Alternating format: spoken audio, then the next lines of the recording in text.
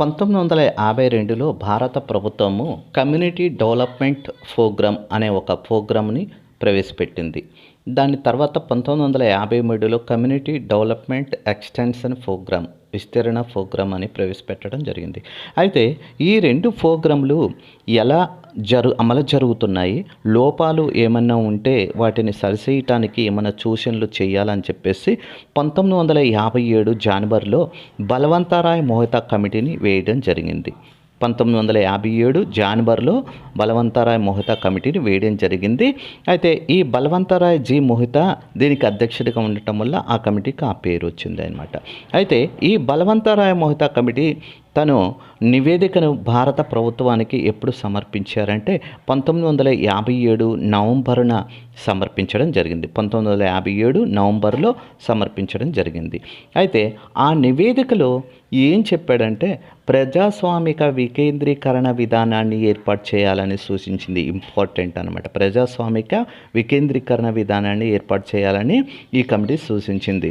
అయితే ఈ కమిటీ సిఫారసులు జాతీయ అభివృద్ధి మండలి అంటే జాతీయ అభివృద్ధి మండలి జనవరి 1958లో ఆమోదించింది.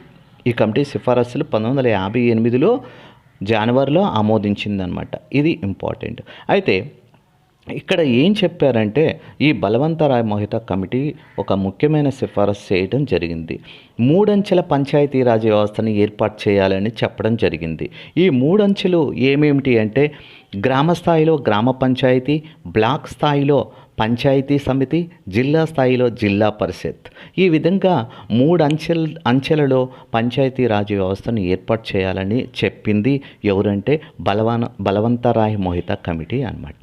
అయితే ఇక్కడ గ్రామ పంచాయతీల ఎలక్షన్లు ప్రత్యక్షంగా ప్రతినిధులను ఎన్నుకోవాలి, మిగతా 2 వల్ల వచ్చేసి పరోక్షంగా ఎన్నుకోవాలి అని చెప్పడం జరిగిందనమాట.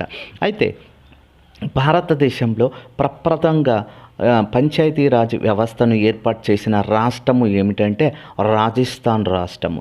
ఈ రాజస్థాన్ రాష్ట్రం 1959 అక్టోబర్ 2 అంటే గాంధీ జయంతి రోజున అక్టోబర్ 2న నాగౌర్ జిల్లా అప్పటి అంటే రాజస్థాన్ రాష్ట్రంలో నాగౌర్ జిల్లాలో పంచాయతీరాజ్ వ్యవస్థను మొట్టమొదటిసారిగా ఏర్పాటు చేశారు. చాలాసార్లు అడిగారు ఈ బిట్టు.